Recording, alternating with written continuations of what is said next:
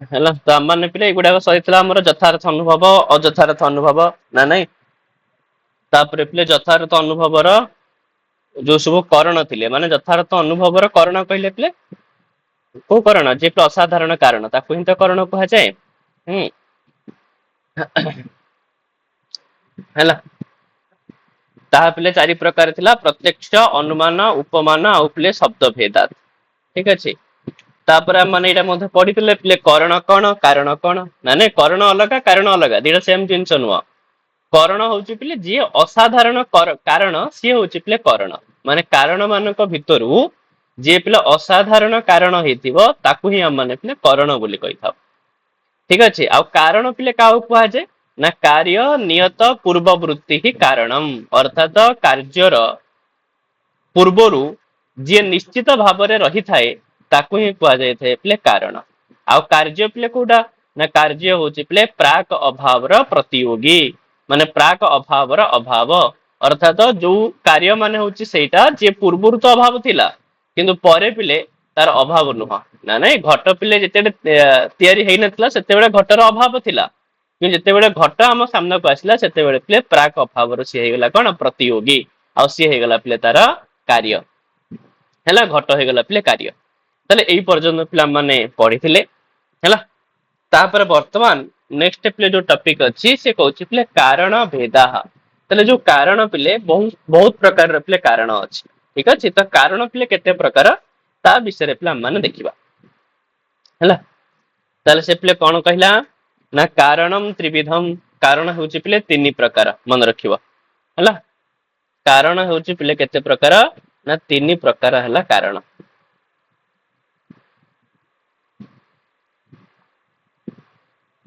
ହେଲା ତାହେଲେ କାରଣମ ତ୍ରିବିଧମ କଣ କଣ ତିନି ପ୍ରକାର କାରଣ ପିଲେ ନା ଗୋଟେ ହଉଛି ସମବାୟୀ କାରଣ ହେଲା ଗୋଟେ ହଉଛି ପିଲେ ଅସମବାୟୀ କାରଣ ଗୋଟେ ହଉଛି ପିଲେ ନିମିତ୍ତ କାରଣ ତ କାରଣ ଏଇଭଳି ଭାବରେ ତିନି ପ୍ରକାର ହେଇଥାଏ ସମବାୟୀ ଅସମବାୟୀ ଆଉ ପିଲେ ନିମିତ୍ତ ତାହେଲେ ସମବାୟୀ କାରଣ ପୁଣି କଣ ଅସମବାୟୀ କାରଣ କଣ ନିମିତ୍ତ କାରଣ କଣ ହେଲା ତାହେଲେ ପ୍ରଥମେ ସେ କହିବ ପିଲେ କି ସମବାୟୀ କାରଣ ପିଲେ କଣ କଣ କହିଲା ନା କହୁଛି ପିଲେ ଇୟତ ସମବେତମ କାର୍ଯ୍ୟମ ଉତୁପଦ୍ୟତେ ତତ ସମବାୟୀ କାରଣମ୍ କହୁଛି ପିଲେ ଇୟତ ଯାହା ସହିତ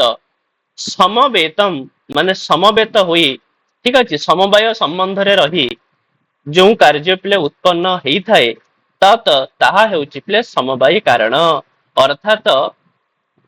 ସମବାୟୀ କାରଣ ହଉଛି ପିଲେ ସେଭଳିଆ ସେ କାରଣର ନାଁ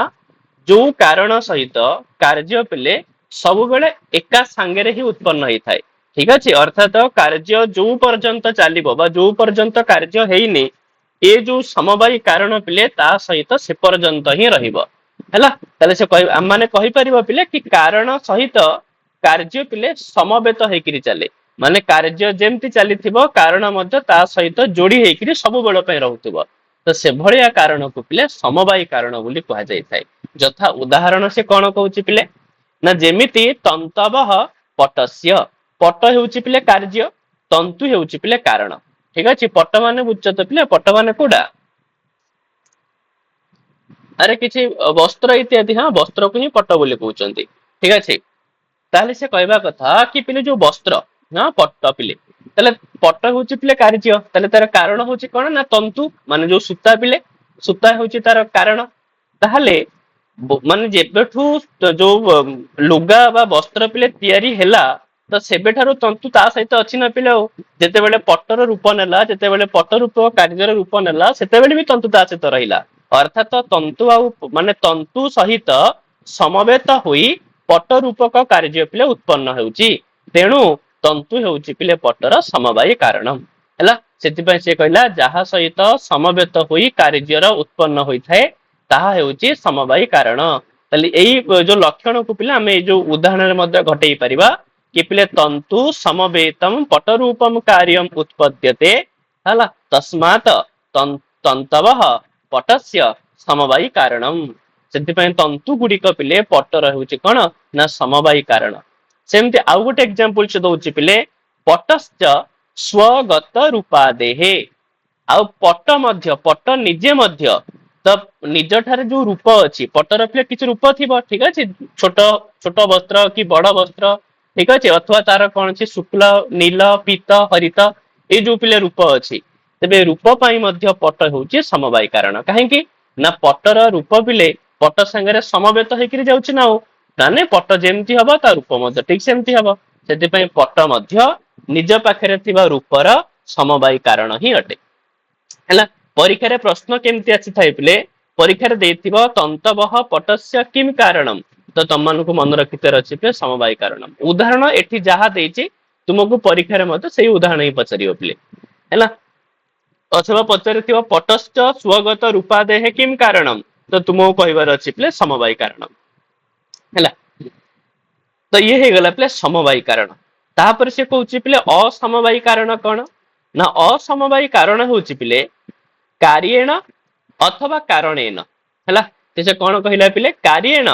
ଅଥବା କାର୍ୟେଣ, ହେଲା, କାରଣେନ ବା ଶବ୍ଦ ବ୍ୟବହାର ହେଇଛି ପିଲେ ଅଥବା, ମାନେ ସେ କହୁଛି କାର୍ଯ୍ୟ ସହିତ ହଉ ଅଥବା କାରଣ ସହିତ ହେଉ। ହଁ, ସହପଦ ପିଲେ ଅଛି, ଠିକ ଅଛି। ତାହେଲେ ସେ କଣ କହିଲା ପିଲେ, କାର୍ୟେଣ ସହ ଅଥବା କାରଣେନ ସହ, କାର୍ଯ୍ୟ ସହିତ ଅଥବା କାରଣ ସହିତ, ଏକସ୍ମିନ୍ ଅର୍ଥେ କୌଣସି ଗୋଟିଏ ପ୍ରୟୋଜନରେ ସମବେତମ୍, ତ ସମବେତ ରହି, ସମବେତମ ସତ୍ ମାନେ ସମବେତ ରହି, କାରଣମ୍ ଯେଉଁ କାରଣ ରହିଥାଏ ସେହି କାରଣକୁ ପିଲେ ଅସମବାୟୀ କାରଣ ବୋଲି କୁହାଯାଇଥାଏ। ହେଲା, ତାହେଲେ ସେ କଣ କହୁଛି, କହୁଛି ଏଭଳିଆ ଗୋଟେ ଜିନିଷ ଯୋଉଟା କି ପିଲେ, ଯୋଉ କାରଣ ପିଲେ ଆଇଦର ତ କାର୍ଯ୍ୟ ସହିତ ସମବେତ ହେଇକିରି ଥିବ, ନହେଲେ ତ ପିଲେ କାରଣ ସହିତ ସମବେତ ହେଇକିରି ଥିବ, ଦି ଜଣଙ୍କ ସହିତ ସମବେତ ହେଇନଥିବ, ଯାହାର ଜଣଙ୍କ ସହିତ ହିଁ ସେ ସମବେତ ହେଇଥିବ, ଠିକ ଅଛି, କୌଣସି ଗୋଟିଏ ପ୍ରୟୋଜନ ପାଇଁ। ତ ସେଇ ଯୋଉ କାରଣକୁ ପିଲା ମାନେ ଅସମବାୟୀ କାରଣ ବୋଲି କହିବା। ଯଥା ଉଦାହରଣ ପିଲେ ଦେଖ ଏଠି କଣ କହୁଛି, କହୁଛି ପିଲେ ତନ୍ତୁ ସଂଯୋଗ ପଟସ୍ୟ। ଟିକେ ବୁଝିବା ପିଲେ, ଯଦି ଖାଲି ତନ୍ତୁ ହେଇଥାନ୍ତା, ଖାଲି ତନ୍ତୁ ହେଇଥାନ୍ତା, ତାହେଲେ ସିଏ ପିଲେ ପଟ ପାଇଁ ହଉଛି କଣ ନା ସମବାୟୀ କାରଣ। ଏଠି ପଟ ହେଉଛି ପିଲେ କାର୍ଯ୍ୟ, ଏଠି ପଟ ହେଉଛି ପିଲେ କଣ କାର୍ଯ୍ୟ। ହେଲା, ଏଇଟା ଟିକେ ଅସୁବିଧା ହଉଛି ପିଲେ। ହଁ, ପଟ ହେଉଛି ପିଲେ କାର୍ଯ୍ୟ, ଆଉ ଯୋଉ ତନ୍ତୁ ପିଲେ ଅଛି, ଠିକ ଅଛି, ଯୋଉ ତନ୍ତୁ ପିଲେ ଅଛି ଇଏ ହଉଛି ପିଲେ କାରଣ। ତନ୍ତୁ ହେଉଛି ପିଲେ କଣ ନା କାରଣ, ବୁଝିହେଲା। ତାହେଲେ ଏଠି କାର୍ଯ୍ୟ ହଉଛି ପିଲେ ପଟ, ତନ୍ତୁ ହେଉଛି ପିଲେ କାରଣ। ତାହେଲେ ପଟ ପାଇଁ ତନ୍ତୁ ପିଲେ କୋଉ ଭଳିଆ କାରଣ ନା ପିଲେ ସମବାୟୀ କାରଣ, ଠିକ ଅଛି। କିନ୍ତୁ ତନ୍ତୁର ଯୋଉ ସଂଯୋଗ, ସଂଯୋଗ ନାମକ ଗୁଣ ପିଲେ, ସଂଯୋଗଟା ଗୋଟେ ଗୁଣ, ଆମମାନେ ପଢିଛେ ନା ପିଲେ ସଂଯୋଗ ବିଭାଗ, ଏସବୁ ଗୁଣରେ ଆସିଥିଲା, ଚତୁର୍ବିଂଶତି ଗୁଣ ଭିତରେ ଆସୁଛି। ତାହେଲେ ଏଇ ଯୋଉ ଗୁଣ ପିଲେ ମାନେ ଯୋଉ ସଂଯୋଗ ନାମକ ଗୁଣ, ଏ ଗୁଣ କିନ୍ତୁ ପଟ ପାଇଁ ପିଲେ କୋଉ ଭଳିଆ କାରଣ ନା ପିଲେ ଅସମବାୟୀ କାରଣ। କାହିଁକି ନା ସଂଯୋଗଟା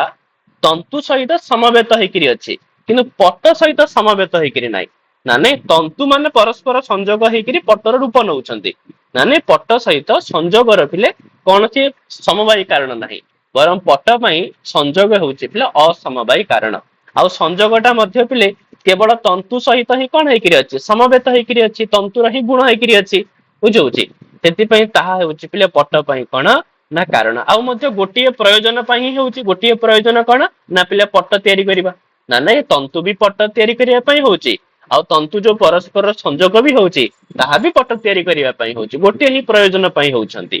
ତ ସେଥିପାଇଁ ତନ୍ତୁ ହେଉଛି ପିଲେ ପଟର ସମବାୟୀ କାରଣ, କିନ୍ତୁ ତନ୍ତୁର, ହେଲା, କିନ୍ତୁ ପିଲେ ତନ୍ତୁର ସଂଯୋଗ ନାମକ ଯୋଉ ଗୁଣ ଅଛି ତାହା ହେଉଛି ପିଲେ ପଟ ପାଇଁ ଅସମବାୟୀ କାରଣ। ହେଲା, ତ ଠିକ ସେମିତିକା, ଠିକ ସେଇଭଳି ଭାବରେ ପିଲେ ତନ୍ତୁ ରୂପମ ପଟ ରୂପସ୍ୟ। ହେଲା, ତାହେଲେ ସେ କହୁଛି ପିଲେ ରୂପ ହେଉଛି ପିଲେ ଗୋଟେ ଗୁଣର ନା, ଆମମାନେ ପଢିଛେ ଚତୁର୍ବିଂଶତି ଗୁଣା, ତା ଭିତରେ ପିଲେ ରୂପ ନାମକ ଗୁଣ ବି ଅଛି। ତାହେଲେ ରୂପ ଆଉ ତନ୍ତୁ, ଠିକ ଅଛି, ଏଠି ମଧ୍ୟ ଠିକ ସେମ ହିଁ ଜିନିଷ ପିଲେ, ପଟ ହେଉଛି ପିଲେ କାର୍ଯ୍ୟ, ଠିକ ଅଛି, ଆଉ ତନ୍ତୁ ହେଉଛି ପିଲେ ତାର କାରଣ। ଆଉ ଏଠି ଯୋଉ ରୂପ ପିଲେ ଅଛି, ରୂପଟା ତନ୍ତୁ ସହିତ ସମବେତ ହେଇକିରି ଅଛି, ଅର୍ଥାତ ରୂପଟା ତନ୍ତୁ ପାଖରେ ପିଲେ ସମବେତ ସମ୍ବନ୍ଧରେ ଅଛି, ପିଲେ ସମବାୟ ସମ୍ବନ୍ଧରେ ଅଛି, କିନ୍ତୁ ରୂପଟା ପିଲେ ପଟ ରୂପ ପାଇଁ ସମବେତ ହେଇକିରି ନାହିଁ। ହଁ, ତ ସେଥିପାଇଁ ତନ୍ତୁର ଯୋଉ ରୂପଟା ତାହା ପିଲେ ପଟ ରୂପ ପାଇଁ କୋଉ କାରଣ ହବ ନା ପିଲେ ଅସମବାୟୀ କାରଣ ହବ। ହେଲା, ତାହେଲେ ସମବାୟୀ କାରଣ ଆଉ ଅସମବାୟୀ କାରଣ ଭିତରେ ଏତିକି ଫରକ ପିଲେ, ଯୋଉ ସମବାୟୀ କାରଣ ହେଇଥାଏ जोटा डायरेक्ट कार्य सहित ही उत्पन्न होता है ताको हम माने समवायी कारण बोली कही था। असमवायी कारण माने एमती गोटे जिनस जोटा आइदर तो कार्य सहित समवेत होइकिरि थिबो माने समवायी होइकिरि थिबो नल तो पिले कारण सहित समवेत होइकिरि थिबो। ठीक अछि सेते बेले ताकू पिला माने कोन कहबा ना असमवायी कारणम हैला। ताले ये पिले दीटा कारण हे गला गोटे समवायी कारण आ गोटे पिले असमवायी कारण आ बाकी जो रहिला पिले कारण निमित्त कारण ताहा पिले समवायी कारण आ असमवायी कारण को छाडी देला परे आ जहा भी किछि रहिला से सब हेउछि पिले निमित्त कारण ना नै जेमति पट तयारी करिया पे तंतु तो होउछि समवायी कारण किंतु सही तंतु को पिले हम माने कोन करिथाउ तुरी तापरे बेम ए सब रे व्यवहार करिथाउ ना नै जोडी सब लुगा पिले बुणा हुए ना नै एबे तो सब मेसिन रे हे जाउछि आगे सब पिले थाए पिले हां ସେଇଥିରେ ପିଲେ ବୁଣା ହୁଏ ତେବେ ସେଗୁଡାକ ଯୋଉ ସବୁ ରହିଲେ ତାକୁ ପିଲାମାନେ କଣ କହିବା ନା ନିମିତ୍ତ କାରଣ ହେଲା। ତ ସେଥିପାଇଁ କଣ କହିଲା ନା ପିଲେ ତତ ଉଭୟ ଭିନ୍ନମ୍ କାरणम ନିମିତ୍ତ କାरणम ତତ ଉଭୟ ଉଭୟ ମାନେ ସମବାୟୀ କାରଣ ଆଉ ପିଲେ ଅସମବାୟୀ କାରଣ ଏ ଦିଟା କାରଣ ଠାରୁ ଭିନ୍ନ ଗୋଟେ ଯୋଉ କାରଣ ଅଛି ତାହାର ନାଁ ହେଉଛି ପିଲେ ନିମିତ୍ତ କାରଣ।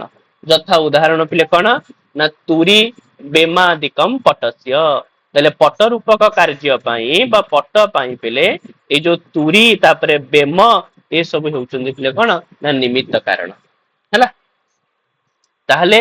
ଏଇ ଯୋଉ ତିନୋଟି କାରଣ ପିଲା ଆମ ମାନେ ପଢିଲେ ଏଇ ତିନୋଟି କାରଣ ଭିତରୁ ଯିଏ ବି ପିଲେ ଅସାଧାରଣ କାରଣ ହବ ତାକୁ ହିଁ ପିଲା ମାନେ କଣ କହିବା ନା କରଣ ହେଲା। ସେଥିପାଇଁ କରଣ ଆଉ କାରଣ ଦିଟା ସେମ ଜିନିଷ ନୁହଁ ହେଲା। କାରଣ ତ ପିଲେ ତିନିଟା କାରଣ ମାନେ ସମବାୟୀ ଅସମବାୟୀ ଆଉ ପିଲେ ନିମିତ୍ତ କାରଣ କିନ୍ତୁ ତିନୋଟି ଯାକ କାରଣ ମଧ୍ୟରେ ଯିଏ ପିଲେ ଅସାଧାରଣ କାରଣ ହେଇଥିବ ତାର ନାଁ ହଉଛି ପିଲେ କରଣ। ତ ସେଥିପାଇଁ କଣ କହିଲା ପିଲେ ତତ ହେଲା ତ ତାହା ଏତତ ତ୍ରିବିଧ କାରଣ ମଧ୍ୟରେ ହଁ ତ ଏହି ତିନୋଟି କାରଣ ମଧ୍ୟରେ ଇୟତ ଅସାଧାରଣମ କାରଣମ ଯାହା ପିଲେ ଅସାଧାରଣ କାରଣ ଅଟେ ତଦେବ କरणम ତ ତାରି ନାଁ ହେଉଛି ପିଲେ କରଣ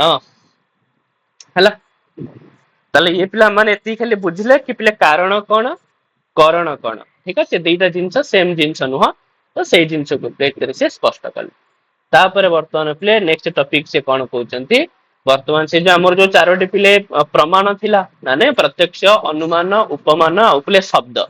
ତେବେ ଏଇ ଯୋଉ ଚାରୋଟି ପିଲେ ପ୍ରମାଣ ଅଛି ଏଇ ଚାରୋଟି ପ୍ରମାଣ ବିଷୟରେ ବର୍ତ୍ତମାନ ସେ କହିବେ ବୋଲି। ତାହେଲେ ସେ ପ୍ରଥମେ କଣ କହୁଛନ୍ତି ପିଲେ ନା ପ୍ରଥମେ ପିଲେ ସେ ଆରମ୍ଭ କରୁଛନ୍ତି ପ୍ରତ୍ୟକ୍ଷ ପ୍ରମାଣର ପ୍ରକରଣ ହେଲା।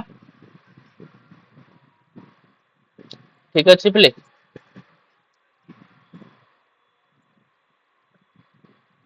ଚାଲ ହେଲା। ତାହେଲେ ପ୍ରତ୍ୟକ୍ଷ ପ୍ରକରଣ ମାନେ ଏଇଠୁ ପିଲା ଆରମ୍ଭ ହଉଛି ବର୍ତ୍ତମାନ ପ୍ରତ୍ୟକ୍ଷ ପ୍ରମାଣର ପ୍ରକରଣ ପିଲେ। ତ ଆମେ ପ୍ରଥମେ ଦେଖିବା କି ପିଲେ ପ୍ରତ୍ୟକ୍ଷ କଣ ପ୍ରତ୍ୟକ୍ଷର ପିଲେ କଣ କଣ ଭେଦ ଅଛି ପ୍ରଥମେ ସେ ବିଷୟରେ ପଢିବା।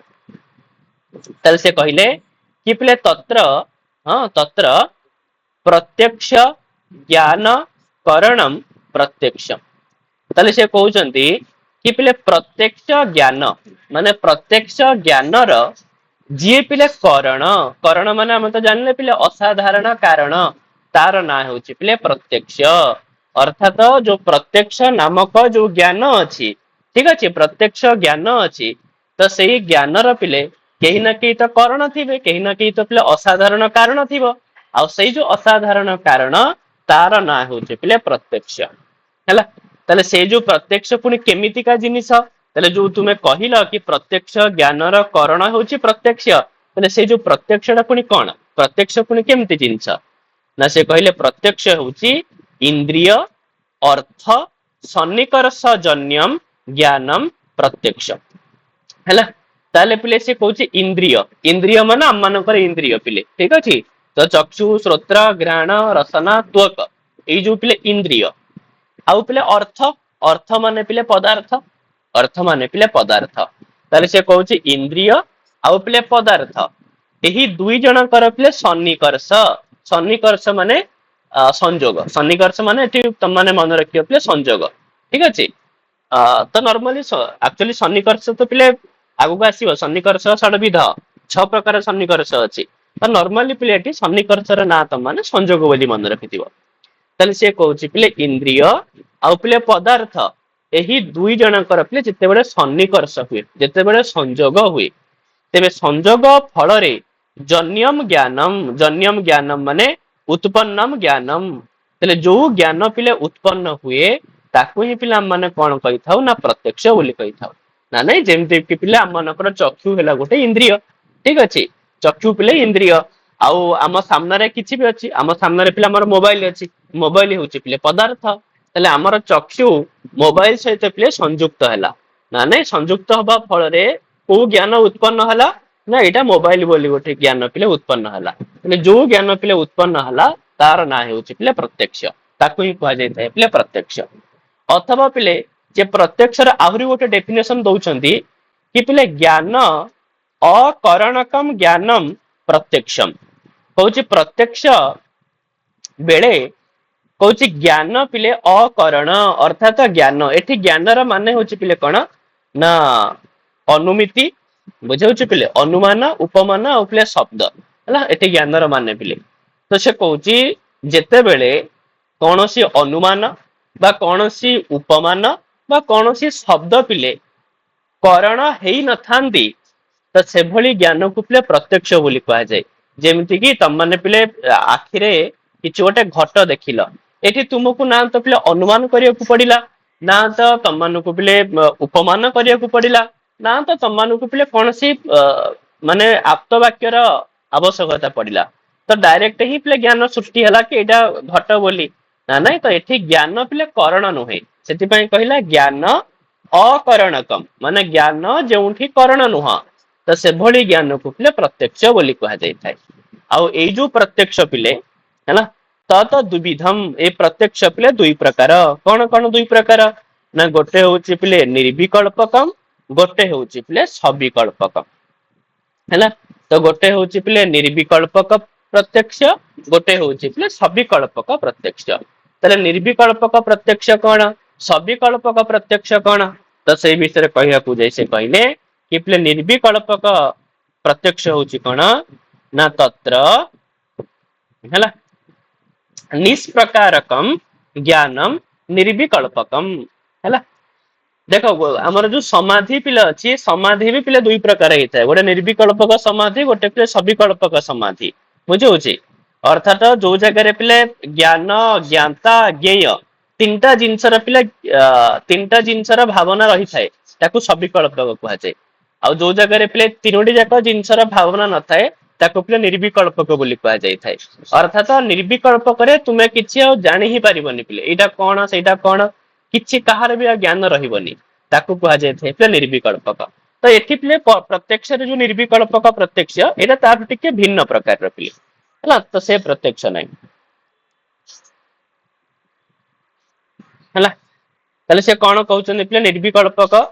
ନା ତତ୍ର ନିଷ୍ପ୍ରକାରକମ ଜ୍ଞାନମ ନିର୍ବିକଳ୍ପକମ, ଅର୍ଥାତ ଯେତେବେଳେ ଏମିତିକା ପ୍ରତ୍ୟକ୍ଷ ହଉଥିବ ଯୋଉଟା କି ପିଲେ ନିଷ୍ପ୍ରକାରକମ, ତୁମେ ତାର ପ୍ରକାର ରୂପ କିଛି ଜାଣି ପାରୁନଥିବ,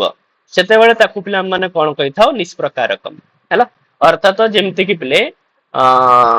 ମାନେ ତୁମେ ଅନ୍ଧାରରେ ଯାଉଛ, ବୁଝୁଛି, ଅନ୍ଧାରରେ ମନେକର ଯାଉଛ କିଛି ଗୋଟେ ତମ ମନେକର ପିଲେ କଣ ହବ ନା ତମ ସାମ୍ନାରେ କିଛି ଗୋଟେ ଜିନିଷ ଥିବ, ତୁମେ କଣ ଜାଣିପାରୁନଥିବ କି ଜିନିଷଟା କଣ ବୋଲି ପିଲେ, ନା ସେତେବେଳେ ତୁମେ କହିବ କିଛି ବି ଏଇଟା ଗୋଟେ କଣ ହେଇଥିବ ଆଉ, ତ ଏଇ ଟାଇପର ଆମେ ମାନେ ଯୋଉ କହିଥାଉ ପିଲେ ଏଇଟା ହଉଛି ନିର୍ବିକଳ୍ପକ। ଆକ୍ଚୁଆଲି ପ୍ରତ୍ୟକ୍ଷ ହଉଛି କିନ୍ତୁ ଆମେ ତାର ପ୍ରକାର ଜାଣିପାରୁନି କି ଏଇଟା କଣ ହେଇଥିବ ବୋଲି, ତାହେଲେ ଇଏ ହଉଛି ପିଲେ ନିର୍ବିକଳ୍ପକ ପ୍ରତ୍ୟକ୍ଷ ହେଲା। ତ ସେଥିପାଇଁ ଉଦାହରଣ ସେ ଦଉଛନ୍ତି ପିଲେ କି ଯଥା ଇଦମ କିଞ୍ଚିତ, ଯେତେବେଳେ ଆମେ ମାନେ କହିଥାଉ କି ଏହା କଣ ନା କଣ ଗୋଟେ ହେଇଥିବ, ଠିକ ଅଛି, ଇଦମ କିଞ୍ଚିତ ଏହା କିଛି ବି ହେଇପାରେ, ତେବେ ଏଇ ଯୋଉ ଜ୍ଞାନ ପିଲେ ଇଏ ହଉଛି ପିଲେ ନିର୍ବିକଳ୍ପକ। କିନ୍ତୁ ସବିକଳ୍ପକ କଣ ନା ସବିକଳ୍ପକ କହୁଛି ପିଲେ କି ସପ୍ରକାରକମ ଜ୍ଞାନମ ସବିକଳ୍ପକମ, ଅର୍ଥାତ ଯାହାର ପ୍ରକାର ତୁମେ ଜାଣିପାରୁଛ ତ ସେଭଳିଆ ପ୍ରତ୍ୟକ୍ଷକୁ ପିଲେ ସବିକଳ୍ପକ ବୋଲି କୁହାଯାଇଥାଏ। ଯେମିତି ଉଦାହରଣ ପିଲେ ଡିଥ ଅୟମ ବ୍ରାହ୍ମଣ ଅୟମ ଶ୍ୟାମ ଅୟମ ଇତି, ମାନେ ତୁମେ ଯେତେବେଳେ ପ୍ରତ୍ୟକ୍ଷ କରୁଛ ଜାଣିପାରୁଛ କି ଏହା ଏକ ଡିଥ ଅଟେ। ହଁ ଡିଥ ମାନେ ପିଲେ ଗୋଟେ ପ୍ରକାରର ବ୍ୟବହାର କରନ୍ତି ପିଲେ, ପ୍ରାୟତଃ ମାନେ ବହିରେ ଯାହା ଲେଖା ଯାଇଥାଏ ପିଲେ ଡିଥ ମାନେ ମାଟିରେ ତିଆରି କୌଣସି ହାତୀ ଖେଳନା ଇତ୍ୟାଦି ହେଲା। ତ ଏହା ଡିଥ ଅଟେ, ଇଏ ବ୍ରାହ୍ମଣ ଅଟେ, ହଁ ଇଏ ଶ୍ୟାମ ଅଟେ, एठी कौन तुम्हें समस्त प्रकार को जानी पारुछ तेरे ये है पिले सविकल्पक प्रत्यक्ष अर्थात तुम्हें जार प्रकार को जानी पारुना सी हूँ निर्विकल्पक आउ जे पिले सप्रकारकम ताकू पिले कह जाए सविकल्पक तो ये भाव में प्रत्यक्ष पिले दुई प्रकार निर्विकल्पक आउ पिले सविकल्पक है तापर बर्तमान आम जो पिले आम जेहेतु देखिले कि जो प्रत्यक्ष ज्ञान होता है ताहा पिले इंद्रिय आउ पिले अर्थर सन्निकर्ष रु ही होता है जो सन्निकर्ष शब्द पिले थिला तो से सन्निकर्षटा पिले को भलिया जिनिस ताले से कौन कहला पिले एठी ना सन्निकर्ष कहूँ प्रत्यक्ष ज्ञान हेतु इंद्रियार्थ सन्निकर्ष कहूँ प्रत्यक्ष ज्ञानर जी पिले कारण सी हूँ पिले इंद्रिय आउ पदार्थर सन्निकर्ष कहीं ना पिले इंद्रिय आउ पदार्थर सन्निकर्ष हेले ही तो पिले प्रत्यक्ष ज्ञान होता है तो से प्रत्यक्ष ज्ञानर कारण हूँ पिले इंद्रिय आउ पदार्थर सन्निकर्ष आउ से जो इंद्रिय आउ पदार्थर सन्निकर्ष ताहा हेउची पिले षडविध ताहा हेउची केते प्रकार ना 6 प्रकार तले कौन कौन से 6 प्रकार ना से कहउचंदी पिले संयोग संयुक्त समवाय संयुक्त समवेत समवाय समवाय आउ समवेत समवाय आउ पिले विशेषण विशेष्य भावस्य तो आमको ये 6टा जाक जिनस पिले मन रखिया पड़िबो परीक्षा पचारि थाई मध्य क्रमशः मध्य पचारि दिए पिले ठीक अछि एबे यूजीसी नेट रो गोटे सिस्टम से बाहर करिछि गोटे ट्रेंड चलछि पिले बुझुछि यूजीसी नेट रो कि प्रति प्रश्न से कोन प्रायतः पिले सब ये पचारुछि कि क्रमशः लेख अर्थात कौन जी से क्रमशः मन रखिथ से ही तार आंसर पिले कहि परिबो बुझुछि एमते त माने कहि देई परिबा बिना माने कौन क्रमशः हम कहि देई परिबा किंतु जे परीक्षा पचारुछि क्रमशः कौन हबो सेटा को लेख हैला तो से तुम मन मन रखिबो कि पिले संयोग संयुक्त समवाय संयुक्त समवेत समवाय समवाय समवेत समवाय आउ पिले विशेषण विशेष्य भावश्चेति हैला एई भली भाबरे सन्निकर्ष हेउची पिले 6 प्रकार त माने बुझियो पिले संयोग कोन संयुक्त समवाय सन्निकर्ष कोन ठीक अछि त आराम से पिले मु गोटे गोटे उदाहरण भलो से बुझे देबी त मन रहि जिवो हां देखो प्रथम से देछि पिले संयोग सन्निकर्ष कोन ना संयोग सन्निकर्ष कहिले पिले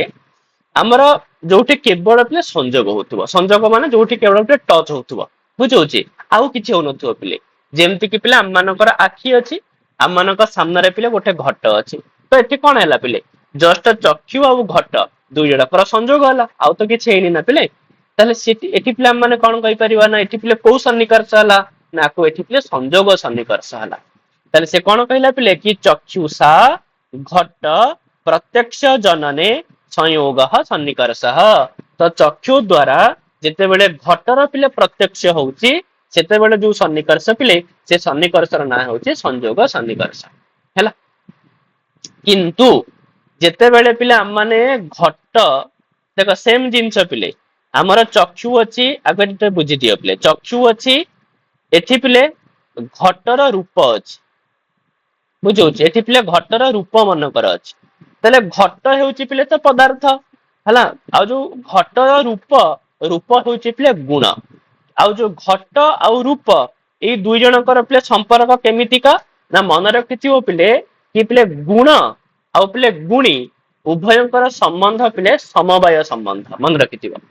हां माने गोटे गुण आउ पिले गुणी एमानक भितर जो संबंध थाए ना पिले को संबंध थाए ना पिले समवाय संबंध हेकरि थाए अर्थात पिले घट सहित रूप पिले को भली संबंध रे अछि ना पिले समवाय संबंध रे अछि ताले एठी भलो से देखो पिले चक्षु जेते बेले घट को देखुची सेते बेले पिले संयोग सेते बेले पिले संयुक्त किंतु घट सहित रूप पिले अछि समवाय रे तो सेति पई चक्षु आउ रूप यांकर को भलिया संबंध हबो ना पिले संयुक्त समवाय संबंध बुझि पाइलो पिले काहे कि ना चक्षु घट ये हेला पिले संयुक्त ना ना ये हेला पिले कोन संयुक्त आ पिले घट आउ रूप एमान अछंती पिले कोथरे समवाय रे पिले अछंती तो सेति पई कोन हे गेला संयुक्त समवाय सन्निकर्ष माने चक्षु सहित घटर जो रूप पिले उभयंकर को भलिया सन्निकर्ष ना पिले संयुक्त समवाय सन्निकर्ष बुझिला ଆଉ ଠିକ ସେମିତିକା ପିଲେ ଆମେ ଆଉ ଗୋଟେ ଏକ୍ସାମ୍ପଲ ନବା ଦେଖ ମନେକର ପିଲେ ଚକ୍ଷୁ ଚକ୍ଷୁ ରହିଲା ତାପରେ ପିଲେ ଘଟର ରୂପତ୍ୱ ରହିଲା ଭଲସେ ବୁଝିବ ପିଲେ ଘଟର ପିଲେ କଣ ନା ରୂପତ୍ୱ ଏଠି ରୂପ ନାହିଁ ଏଠି କେବଳ ରୂପ ନାହିଁ ପିଲେ ଏଠି ରୂପତ୍ୱ ଅଛି ତୁମେ କହିବ ରୂପ ଆଉ ରୂପତ୍ୱ ଭିତରେ କଣ ଫରକ ତ ଫରକ ଅଛି ପିଲେ ଯେମିତି ପିଲେ ଆମେ ହେଲୁ ପିଲେ ମନୁଷ୍ୟ ତ ମନୁଷ୍ୟ ଭିତରେ ଅଛି ପିଲେ ମନୁଷ୍ୟତ୍ୱ ହେଲା ମାନେ ଯୋଉଠି ଯୋଉଠି ତ୍ୱ ଲାଗିବ ତ୍ୱର ମାନେ ହଉଛି ପିଲେ ସାଧାରଣତଃ ପିଲେ ଜାତି ବୋଲି କୁହାଯାଇଥାଏ ତ୍ୱର ମାନେ ପିଲେ ଜାତି ବୋଲି କୁହାଯାଇଥାଏ ଆଉ ତାହା ମଧ୍ୟ ପିଲେ ସବୁବେଳ ପାଇଁ ସମବାୟ ସମ୍ବନ୍ଧରେ ଥାଏ ଅର୍ଥାତ ରୂପ ଭିତରେ କଣ ଥାଏ ପିଲେ ରୂପତ୍ୱ ଥାଏ ଗନ୍ଧ ଭିତରେ ଗନ୍ଧତ୍ୱ ଥାଏ ଠିକ ଅଛି ତ ମନୁଷ୍ୟ ଭିତରେ ମନୁଷ୍ୟତ୍ୱ ଥାଏ ହେଲା ତାହେଲେ ଏଇଟା କୋଉ ଥର ବୁଝ ପିଲେ ତାହେଲେ ଚକ୍ଷୁ ଆଉ ଘଟ ୟାଙ୍କର ହେଲା ପିଲେ କେବଳ ସଂଯୋଗ ସନ୍ନିକର୍ଷ ଚକ୍ଷୁ ସହିତ ଘଟର ପିଲେ ରୂପ ତାହା ହେଉଛି ପିଲେ ସଂଯୁକ୍ତ ସମବାୟ ସନ୍ନିକର୍ଷ କିନ୍ତୁ ଚକ୍ଷୁ ସହିତ ପିଲେ ଘଟର ରୂପତ୍ୱ ତାହା ପିଲେ କଣ ହବ ଭଲସେ ବୁଝ ତାହେଲେ ପ୍ରଥମେ ଚକ୍ଷୁ ହେଲା ଗୋଟେ ମିନିଟ ପିଲେ ଦେଖ ପ୍ରଥମେ ପିଲେ ଚକ୍ଷୁ ଆଉ ପିଲେ ଘଟ ଏମାନଙ୍କ ଭିତରେ ପିଲେ ହେଇଗଲା ସଂଯୁକ୍ତ ଏମାନଙ୍କ ଭିତରେ ପିଲେ କଣ ହେଇଗଲା ନା ସଂଯୁକ୍ତ ତାପରେ ପିଲେ ଘଟ ଆଉ ପିଲେ ରୂପ ତ ଘଟ ଆଉ ରୂପ ଭିତରେ ପିଲେ କଣ ନା ସମବେତ ହେଲା ଏମାନେ ସମବାୟ ସମ୍ବନ୍ଧରେ ଯେହେତୁ ଅଛନ୍ତି ଆକୁ ପିଲାମାନେ କହିପାରିବା ସମବେତ ବୋଲି କହିଲେ ଆଉ ରୂପ ଭିତରେ ଯୋଉ ରୂପତ୍ୱ ପିଲା ଅଛି ଇଏ ଅଛି କୋଉ ସମ୍ବନ୍ଧରେ ନା ପିଲେ ସମବାୟ ସମ୍ବନ୍ଧରେ ଅଛି କୋଉ ସମ୍ବନ୍ଧରେ ଅଛି ପିଲେ ସମବାୟ ସମ୍ବନ୍ଧରେ ଅଛି ତାହେଲେ ଚକ୍ଷୁ ସହିତ ଘଟର ପିଲେ ରୂପତ୍ୱ କୋଉ ସମ୍ବନ୍ଧ ହେଲା ନା ସଂଯୁକ୍ତ ସମବେତ ସମବାୟ ସନ୍ନିକର୍ଷ ବୁଝିଲା ତିନିଟା ଜିନିଷ ମନେ ରହିଯିବ ପିଲେ ସଂଯୋଗ ସନ୍ନିକର୍ଷ ସଂଯୁକ୍ତ ସମବାୟ ସନ୍ନିକର୍ଷ ଆଉ ସଂଯୁକ୍ତ ସମବେତ ସମବାୟ ସନ୍ନିକର୍ଷ ତିନିଟା ଜିନିଷ ମନେ ରହିଯିବ ପିଲେ କିଛି ଅସୁବିଧା ନାହିଁ ହେଲା ସଂଯୋଗ ସଂଯୁକ୍ତ ସମବାୟ ଆଉ ସଂଯୁକ୍ତ ସମବେତ ସମବାୟ ହେଲା ତାପରେ ପିଲେ ନେକ୍ସଟ ଆସିବ ପିଲେ ସମବାୟ କେବଳ ସମବାୟ ପିଲେ ଆଉ କିଛି ନଥିବ କେବଳ ସମବାୟ ଥିବ ତାହେଲେ କେବଳ ସମବାୟ ପାଇଁ ଆମେ କଣ ଏମିତି ଏକ୍ସାମ୍ପଲ ନବା ଯୋଉଠି ପିଲେ ଗୁଣ ଆଉ ପିଲେ ଗୁଣି ଥିବ ଯୋଉଠି କେବଳ ପିଲେ କଣ ଥିବ ଗୁଣ ଥିବ ଆଉ ପିଲେ ଗୁଣି ଥିବ ତାହେଲେ ଭଲସେ ବୁଝ ପିଲେ ଏଠି କେମିତି ସମ୍ବନ୍ଧ ଆମେ ନବା ପିଲେ ଆମେ ଗୋଟେ ନବା ପିଲେ ଶ୍ରୋତ୍ର କଣ ନେଲେ ଆମେ ମାନେ ଶ୍ରୋତ୍ର ଭଲସେ ବୁଝ ଟିକେ ହେଲା ଶ୍ରୋତ୍ର ହେଇଗଲା ଆଉ ପିଲେ ଶବ୍ଦ ହେଇଗଲା ହେଲା ଶ୍ରୋତ୍ର ହେଇଗଲା ଆଉ ପିଲେ କଣ ହେଇଗଲା ନା ଶବ୍ଦ ହେଇଗଲା ବୁଝିଗଲା ତାହେଲେ ଶ୍ରୋତ୍ର ଯୋଉ ଆମର ପିଲେ ଶ୍ରୋତ୍ର ଅଛି ଶ୍ରୋତ୍ର ହେଉଛି ପିଲେ ଆକାଶର ରୂପ ଶ୍ରୋତ୍ର ହେଉଛି ପିଲେ କାହାର ରୂପ ଆକାଶର ପିଲେ ରୂପ କାହିଁକି ନା ଶ୍ରୋତ୍ର ଭିତରେ ଯୋଉ ପିଲେ ଖାଲି ସ୍ଥାନ ଅଛି ତାହା ପିଲେ କଣ କି ତାହା ତ ପିଲେ ଆକାଶ ଯୋଉଠି ଯୋଉଠି ପିଲେ ଆମକୁ ଶୂନ୍ୟ ଦେଖାଯାଉଛି ସେ ସବୁ କଣ ଅଟେ ପିଲେ ଆକାଶ ହିଁ ତ ଅଟେ ସେଥିପାଇଁ ଶ୍ରୋତ୍ର ପିଲେ ତାହାକୁ ପିଲା ଆମେ କହିପାରିବା ପିଲେ ଆକାଶ ବୋଲି ଶ୍ରୋତ୍ରକୁ ପିଲା ମାନେ କଣ କହିପାରିବା କହିଲ ଆକାଶ ବୋଲି କହିପାରିବା ଶ୍ରୋତ୍ର ଭିତରେ ଯୋଉ ଖାଲି ସ୍ଥାନ ଅଛି ପିଲେ ତାର ନାଁ ହଉଛି ପିଲେ ଆକାଶ ଆଉ ଯୋଉ ଶବ୍ଦ ପିଲା ଅଛି ଶବ୍ଦ ହଉଛି ପିଲେ କଣ କି ଶବ୍ଦ ଗୋଟେ ଗୁଣର ନାଁ ଆମମାନେ ପଢିଥିଲା ନା ପିଲେ ଚତୁର୍ବିଂଶତି ଗୁଣ ଭିତରେ ପିଲେ ଶବ୍ଦ ବି ଆସୁଥିଲା ରୂପ ରସ ଗନ୍ଧ ସ୍ପର୍ଶ ତାପରେ ଶବ୍ଦ ବି ପିଲେ ତା ଭିତରେ ଆସୁଛି ଶବ୍ଦ ମଧ୍ୟ ଗୋଟେ ଗୁଣର ନାଁ ତାହେଲେ ଶବ୍ଦ ହେଉଛି ପିଲେ ଗୋଟେ ଗୁଣ ଆକାଶ ହେଉଛି ପିଲେ ଦ୍ରବ୍ୟ ଆକାଶ ହେଉଛି ପିଲେ ଦ୍ରବ୍ୟ ଆଉ ଆମମାନେ ପଢିଥିଲେ ମଧ୍ୟ ଶବ୍ଦ ଗୁଣକମ ଆକାଶମ ଆକାଶ ହେଉଛି ପିଲେ କଣ ଶବ୍ଦ ଗୁଣାତ୍ମକ ମାନେ ଶବ୍ଦ ହିଁ ଅଟେ ଗୁଣ ଯାହାର ତାର ନାଁ ହେଉଛି ପିଲେ ଆକାଶ ତାହେଲେ ପିଲେ ଶବ୍ଦ ହେଇଗଲା ପିଲେ ଗୋଟେ ଗୁଣର ନାଁ ଆକାଶ ହେଇଗଲା ପିଲେ କାହାର ନା ଗୁଣିର ନାଁ ଆଉ ଗୁଣ ଆଉ ଗୁଣି ଭିତରେ ପିଲେ କୋଉ ସମ୍ବନ୍ଧ ଥାଏ ସମବାୟ ସମ୍ବନ୍ଧ ଥାଏ ତ ସେଥିପାଇଁ ଆମେ ଯେତେବେଳେ କାନ ଦ୍ଵାରା କୌଣସି ଶବ୍ଦକୁ ପିଲେ ପ୍ରତ୍ୟକ୍ଷ କରୁଛେ ସେତେବେଳେ କୋଉ ସନ୍ନିକର୍ଷ ହଉଛି ନା ସେତେବେଳେ ପିଲେ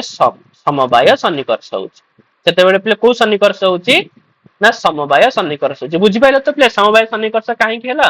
କାହିଁକି ନା ସ୍ରୋତ୍ର ହଉଛି ପିଲେ ଆକାଶର ହିଁ ରୂପ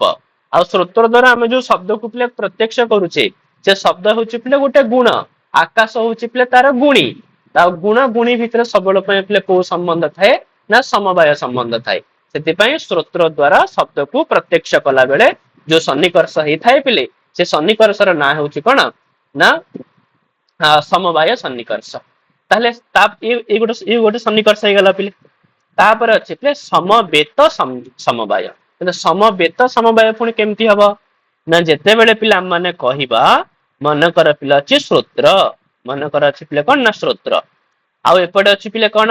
ना शब्दत्व एपटे पिले कौन अच्छी शब्दत्व ताहले पिले श्रोत्र आउ शब्द एमाने हेले समवाय शब्द आउ शब्दत्व एमाने होउचंदी पिले भी समवाय ताहले पिले श्रोत्र द्वारा जेते बेले शब्दत्वर प्रत्यक्ष हब सेते बेले पिला माने कोन कहि परिबा कि समवेत समवाय सन्निकर्ष हला समवेत समवाय सन्निकर्ष बस एतिकी कथा पिला आउ किछि ना हला त ए पांचटी जिंस मन रहि जिवो गोटे संयोग गोटे संयुक्त समवाय गोटे संयुक्त समवेत समवाय आ गोटे पिले समवाय समवेत समवाय आ लास्ट होउची पिले विशेषण विशेष्य भाव तो विशेषण विशेष्य भावटा पिले केवल जेते बेले तुमे अभाव को प्रत्यक्ष करूथबो तुमे कहबो अभावर पुनी प्रत्यक्ष कोन अभावर प्रत्यक्ष होउची पिले जेते बेले कोनसी गोटे स्थान अछि पिले भूतलम कोनसी गोटे स्थान अछि भूतलम हां पृथ्वीर कोनसी एक स्थान जो जगह रे कि पिले घट नाही माने घटार अभाव अछि घटर पिले कोन अछि अभाव अछि घटा भाव अछि हला तले आमे एठी कोन कहि परिबा कि पिले हमर चक्षु जेते बेले भूतल को संयुक्त करूची सेते बेले पिले कोन होउची ना घटा भाव पिले माने हमकु नजर आछि कि पिले घटर अभाव अछि तले एठी जो घटर अभाव पिले ये ना तो पिले संयोग ना तो पिले संयुक्त समवाय ये कौन सी प्रकार रे बिनो ये होउची केवल भूतलम रो गोटे विशेषण पद माने भूतलटा केमिति अटे ना भूतलटा पिले घटा भाववत अटे माने घटा भाव युक्त अटे माने घटर अभाव युक्त अटे एठी घटर घट नाही तले भूतल आउ घटा भाववत ये होउची भूतल होउची पिले विशेष्य आउ घटा भाववत ये होउची पिले कोन ना विशेषण हला आउ एतरे पिले को समवाय को सन्निकर्ष रहिबो ना पिले विशेषण विशेष्य भाव सन्निकर्ष रहिबो तबे जे जेतिटा एग्जांपल तुमनु कहली पिले आराम से मन रहि जो पिले किछ असुविधा नाही बेले बेले तुमको परीक्षा रे पिले जोड़ीबा पई मत दे देथियो पिले हला देथिबो माने संयोग सन्निकर्ष संयुक्त समवाय सन्निकर्ष ये पिले देथिबो एपट ए कलम रे बी कलम रे दे देथियो पिले उदाहरण सब दे देथिबो ठीक अछि चक्षुषा घट घट प्रत्यक्ष जनने हां चक्षुषा घट रूप प्रत्यक्ष जनने चक्षुषा घट रूपत्व प्रत्यक्ष जनने हला एमति सब एग्जांपल पिले आसीबो चलो तापर वर्तमान हम देखिले पिले संयुक्त संयोग सन्निकर्ष बुझी गलो तापर से कोन कहूची पिले संयुक्त समवाय सन्निकर्ष कहूची घट रूप प्रत्यक्ष जनने संयुक्त समवाय सन्निकर्ष जेते बेले तुमे घटर रूप को प्रत्यक्ष करूछ सेते बेले संयुक्त समवाय सन्निकर्ष हेई थाए काहे कि ना चक्षु संयुक्ते घटे चक्षु आ घट भितरे संयुक्त हैला किंतु घट देहरे पिले रूपस्य कोन ना समवायात घट देहरे पिले रूप समवाय संबंध रे थाए सेति पई एठी घट चक्षु आ पिले घटर रूप यंक भितरे पिले संयुक्त समवाय सन्निकर्ष हैला तापर पिले संयुक्त समवेत समवाय सन्निकर्ष कोन ना से कहूची जेते बेले तुमे रूपत्व सामान्य प्रत्यक्ष सामान्य र माने होची पिले जाति तो जेते बेले तुमे रूपत्व जाति को पिले प्रत्यक्ष करूछ माने रूप भितरे थिबा रूपत्व को प्रत्यक्ष करूछ सेते बेले पिले केउ सन्निकर्ष ना संयुक्त समवेत समवाय सन्निकर्ष सेते बेले संयुक्त समवेत समवाय सन्निकर्ष हेथाय तथा कहूची चक्षु संयुक्ते घटे चक्षु और घट भितर है संयोग संयुक्त आ घट देहरे पिले रूप हेउची पिले समवेतम माने समवाय संबंध रे रहिची आ तत्र आ सेई जो रूप रे मध्य रूपत्वस्य समवायात रूपत्व पिले समवेत हेकरी अछि तो सेति पई एठी हला को सन्निकर्ष ना संयुक्त समवेत समवाय सन्निकर्ष हैला तापर पिले समवाय सन्निकर्ष कोन जा जा तुमको बुझेले पे सही कथा ही पिले कहूँ जेते बेले तुमे श्रोत्रेण जेते बेले तुमे कान द्वारा शब्द साक्षात्कार जेते बेले शब्द को साक्षात्कार करिवो सेते बेले जो सन्निकर्ष हबो तार ना हेउची पिले समवाय सन्निकर्ष से होची पिले समवाय सन्निकर्ष काहे कि समवाय सन्निकर्ष हला तो से कहूची पिले कि कर्ण विवरवर्ती आकाशस्य श्रोत्रत्वात् ताले पिले कर्णर विवर माने जो गर्त पिले ताले कर्णर गर्त भितरे आकाश जो रहिची ସେଇ ଆକାଶକୁ ହିଁ ତ ସ୍ରୋତ୍ର ବୋଲି କୁହାଯାଏ। ତାର ନାହିଁ ତ ପିଲେ ସ୍ରୋତ୍ର। ଆଉ ଶବ୍ଦସ୍ୟ ଆକାଶ ଗୁଣତ୍ୱାତ୍, ଆଉ ଆମମାନେ ଜାଣିଛେ ଶବ୍ଦ ହେଉଛି ପିଲେ ଆକାଶର ଗୁଣ। ଆଉ ଏକଥା ବି ଜାଣିଛେ କି ପିଲେ ଗୁଣ ଗୁଣିନୋ ହୋଚ ସମବାୟାତ୍, ଗୁଣ ଆଉ ଗୁଣି ଭିତରେ ପିଲେ ସମବାୟ ସମ୍ବନ୍ଧ ଥାଏ। ତ ସେଥିପାଇଁ କାନ ଦ୍ଵାରା ଶବ୍ଦକୁ ସାକ୍ଷାତକାର କଲା ବେଳେ ପିଲେ କେଉଁ ସନ୍ନିକର୍ଷ ହେଇଥାଏ? ନା ସମବାୟ ସନ୍ନିକର୍ଷ ହେଇଥାଏ। ହେଲା। ଆଉ ପିଲେ ସମବେତ ସମବାୟ ସନ୍ନିକର୍ଷ କେତେବେଳେ ହବ? ନା ଯେତେବେଳେ ତୁମେ ଶବ୍ଦତ୍ଵ ସାକ୍ଷାତକାରେ ଶବ୍ଦତ୍ଵ ସାକ୍ଷାତକାରେ ସମବେତ ସମବାୟ ସନ୍ନିକର୍ଷ, ଯେତେବେଳେ ତୁମେ ଶବ୍ଦତ୍ଵକୁ ସାକ୍ଷାତକାର କରିବ ସେତେବେଳେ ହବ ପିଲେ ସମବେତ ସମବାୟ। କାହିଁକି? ନା ସେ କହିଲା ପିଲେ ଶ୍ରୋତ୍ର ସମବେତେ ଶବ୍ଦେ। ତ ସ୍ରୋତ୍ର ଆଉ ଶବ୍ଦ ଆମ ମାନେ ପୂର୍ବରେ ଜାଣିଲେ କି ଆଙ୍କ ଭିତରେ ଅଛି ସମବେତ, ମାନେ ସମବାୟ ସମ୍ବନ୍ଧରେ ଅଛନ୍ତି। ଆଉ ସେଇ ଶବ୍ଦ ଦେହରେ ଯୋଉ ଶବ୍ଦତ୍ଵ ଅଛି ତାହା ମଧ୍ୟ ପିଲେ ସମବାୟ ସମ୍ବନ୍ଧରେ ଅଛି। ତ ସେଥିପାଇଁ ଶ୍ରୋତ୍ର ଦ୍ଵାରା ଶବ୍ଦତ୍ଵକୁ ସାକ୍ଷାତକାର କଲେ ପିଲେ କୋଉ ସନ୍ନିକର୍ଷ ହେଇଥାଏ? ସମବେତ ସମବାୟ ସନ୍ନିକର୍ଷ ହେଇଥାଏ। ହେଲା। ଆଉ ତାପରେ ତ ପିଲେ ବିଶେଷଣ ବିଶେଷ୍ୟ ଭାବ ସନ୍ନିକର୍ଷ। ଆଉ ତାହେଲେ ବିଶେଷଣ ବିଶେଷ୍ୟ ଭାବ ସନ୍ନିକର୍ଷ କେତେବେଳେ ହବ? ନା କହୁଛି ଯେତେବେଳେ ତୁମେ ଅଭାବକୁ ପ୍ରତ୍ୟକ୍ଷ କରିବ। ଯେତେବେଳେ ତୁମେ ଅଭାବ ପ୍ରତ୍ୟକ୍ଷେ ବିଶେଷଣ ବିଶେଷ୍ୟ ଭାବ ପ୍ରତ୍ୟକ୍ଷ ସନ୍ନିକର୍ଷ, ସେତେବେଳେ ବିଶେଷଣ ବିଶେଷ୍ୟ ଭାବ ସନ୍ନିକର୍ଷ ହବ। କାହିଁକି ନା ପିଲେ ଯୋଉ ଜାଗାରେ ଅଭାବ ଅଛି ସେଠି ତ କେବେ ସଂଯୁକ୍ତ ହେଇ ହିଁ ପାରିବନି। ଆଉ ସଂଯୁକ୍ତ ହେଇପାରିବନି, ଯଦି ସଂଯୁକ୍ତ ହେଇପାରିବନି ତାହେଲେ ସଂଯୁକ୍ତ ସମବେତ କେବେ ହେଇପାରିବନି, ସଂଯୁକ୍ତ ସମବାୟ କେବେ ହେଇପାରିବନି, କି ସଂଯୁକ୍ତ ସମବେତ ସମବାୟ କେବେ ହେଇପାରିବନି। ଆଉ ଯୋଉଠି କିଛି ଜିନିଷ ହିଁ ନାହିଁ ତୁମେ କେମିତି ଜାଣିବ କି ପିଲେ ଏଇଟା ଗୁଣ ଗୁଣି କି କଣ ବୋଲି? ସେଥିପାଇଁ ସମବାୟ ବି ହେଇପାରିବନି, କି ସମବେତ ସମବାୟ ବି ହେଇପାରିବନି। ତ ସେଠି ଦେଲେ କୋଉ ସନ୍ନିକର୍ଷ ହବ? ନା ସେଠି କେବଳ ତୁମର ବିଶେଷଣ ବିଶେଷ୍ୟ ଭାବ ସନ୍ନିକର୍ଷ ହବ। ହେଲା। ତ ଯେମିତି ଉଦାହରଣ ପିଲେ ଘଟା ଭାବବତ ଭୂତଲମ୍। ତ ଏଇ ଯୋଉ ଭୂତଳ କେମିତି ଅଟେ? ନା ଘଟା ଭାବବତ ଅଟେ, ମାନେ ଘଟର ଅଭାବ ବାଲା ଅଟେ। ତାହେଲେ ଏଠି କଣ ହଉଛି? ନା ଯେତେବେଳେ ଚକ୍ଷୁ ସଂଯୁକ୍ତେ ଭୂତଳେ, ଯେତେବେଳେ ଚକ୍ଷୁ ଭୂତଳକୁ ପିଲେ ସଂଯୁକ୍ତ କରୁଛି ସେତେବେଳେ ପିଲେ ଘଟା ଭାବସ୍ୟ ବିଶେଷଣତ୍ୱାତ୍, ସେତେବେଳେ ଘଟର ଅଭାବଟା ପିଲେ କୋଉ ଭଳି ଆକାରରେ ଅଛି? ନା ବିଶେଷଣ ଆକାରରେ ଅଛି। ତ ସେଥିପାଇଁ ଏଠି ପିଲେ କୋଉ ଭଳିଆ ସନ୍ନିକର୍ଷ ଆମେ କହିବା? ନା ବିଶେଷଣ ବିଶେଷ୍ୟ ଭାବ ସନ୍ନିକର୍ଷ ବୋଲି କହିବା। ହେଲା। ତାହେଲେ ପିଲେ ଏଥିରୁ ଆମେ ମାନେ କଣ ଜାଣିଲେ? କି ଏବଂ ସନ୍ନିକର୍ଷ ଷଟ୍କ ଜନ୍ୟମ ଜ୍ଞାନମ ପ୍ରତ୍ୟକ୍ଷମ୍, ଏଇଭଳି ପିଲେ ଯୋଉ 6ଟି ସନ୍ନିକର୍ଷ ଅଛି, ଏଇ 6ଟି ସନ୍ନିକର୍ଷ ଦ୍ଵାରା ଯେଉଁ ଜ୍ଞାନ ପିଲେ ଉତ୍ପନ୍ନ ହୁଏ ତ ସେଇ ଜ୍ଞାନକୁ ପିଲେ ପ୍ରତ୍ୟକ୍ଷ ବୋଲି କହିଥାଉ। ଆଉ ତତ୍ କरणम ଇନ୍ଦ୍ରିୟମ, ଆଉ ଏଇ ଯୋଉ ପିଲେ ସନ୍ନିକର୍ଷ ଜନ୍ୟ ଯୋଉ ଜ୍ଞାନ ହେଲା ତ ତାର ପିଲେ କରଣ କିଏ? କାହା ସାହାଯ୍ୟରେ ପିଲେ ହଉଛି? ନା ଇନ୍ଦ୍ରିୟ ସାହାଯ୍ୟରେ ହଉଛି ପିଲେ। ଅର୍ଥାତ ଇନ୍ଦ୍ରିୟ ହଉଛି ପିଲେ ଏଠି ଅସାଧାରଣ, ବିନା ଇନ୍ଦ୍ରିୟରେ ପିଲେ କେବେ ହେଇପାରିବ ହିଁ ନାହିଁ। ଆଉ ତସ୍ମାତ ସେଥିପାଇଁ ଇନ୍ଦ୍ରିୟ ହେଉଛି ପିଲେ ପ୍ରତ୍ୟକ୍ଷ ପ୍ରମାଣମ ଇତି ସିଦ୍ଧମ୍। ତ ଇନ୍ଦ୍ରିୟ ହିଁ ପିଲେ ପ୍ରତ୍ୟକ୍ଷ ପ୍ରମାଣ ଅଟେ। ତାହେଲେ ପ୍ରତ୍ୟକ୍ଷ ନାମକ ଯୋଉ ଜ୍ଞାନର ପିଲେ ପ୍ରମାଣ ହଉଛି ପିଲେ କିଏ? ସେ ନା ଇନ୍ଦ୍ରିୟ। ହେଲା। ତାହେଲେ ପ୍ରତ୍ୟକ୍ଷ ପ୍ରମାଣ ହଉଛି ପିଲେ କିଏ? ସେ ନା ଇନ୍ଦ୍ରିୟମ୍। ଠିକ ଅଛି। ତ ଇଏ ଥିଲା ତମ ମାନଙ୍କର ପିଲେ ପ୍ରତ୍ୟକ୍ଷ ପ୍ରକରଣ। ତାପରେ ପିଲେ ଯୋଉ ନେକ୍ସଟ ଆସିବ ଅନୁମାନ ପ୍ରକରଣ। ତ ଅନୁମାନ ପିଲେ ସବୁଠୁ ମାନେ ନ୍ୟାୟ ଦର୍ଶନର ପିଲେ ବହୁତ ଇମ୍ପୋର୍ଟାଣ୍ଟ ପ୍ରକରଣ ପିଲେ।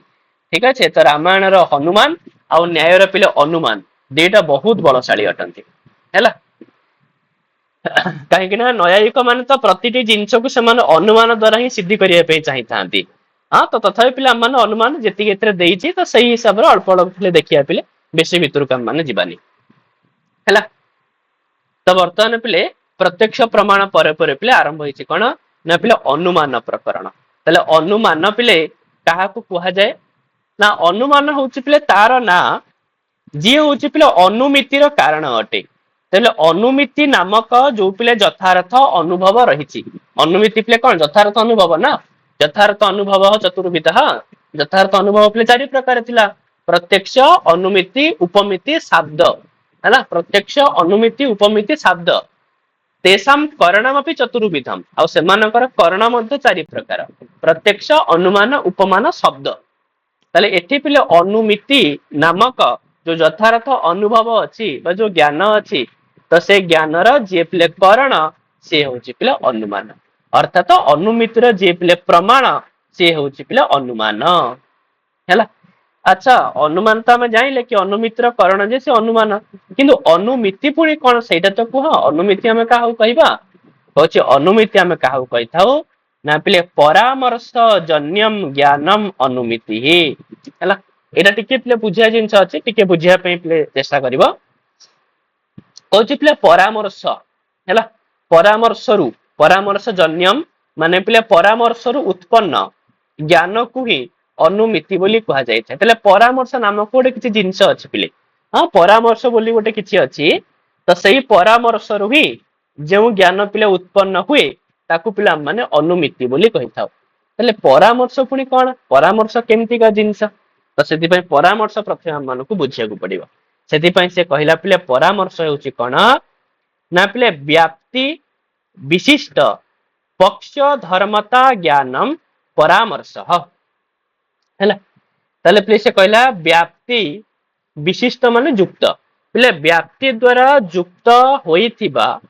पक्ष धर्मता र ज्ञान को परामर्श बोली कहा जाए ताले एठी तो प्ले प्रतिटी वर्ड ही हम पई कष्ट हो जाउची प्ले व्याप्ति कौन ना नहीं पुणी व्याप्ति द्वारा विशिष्ट कौन पक्ष धर्मता कौन हाँ एति तो बुझिले आम पुणी परामर्श कौन बुझा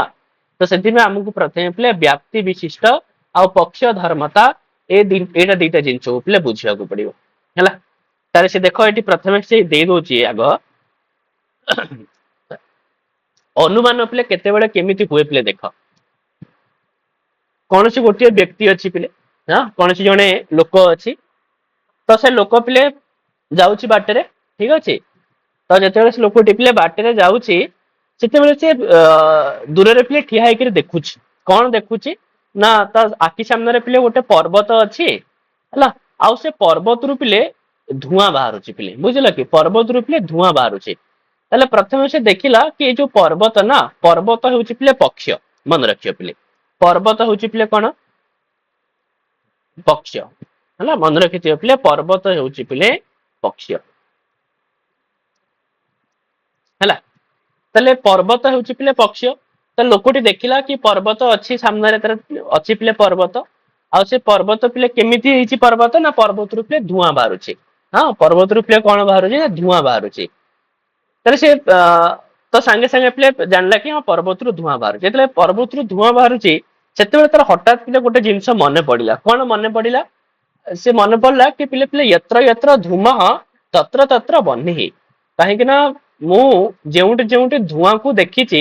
से सबु जगार कौन हुए ना पिले अग्नि थाए ना नहीं उदाहरण से मन पकड़ा सेमती उदाहरण कौन थिला ना आम घर चुली मुंड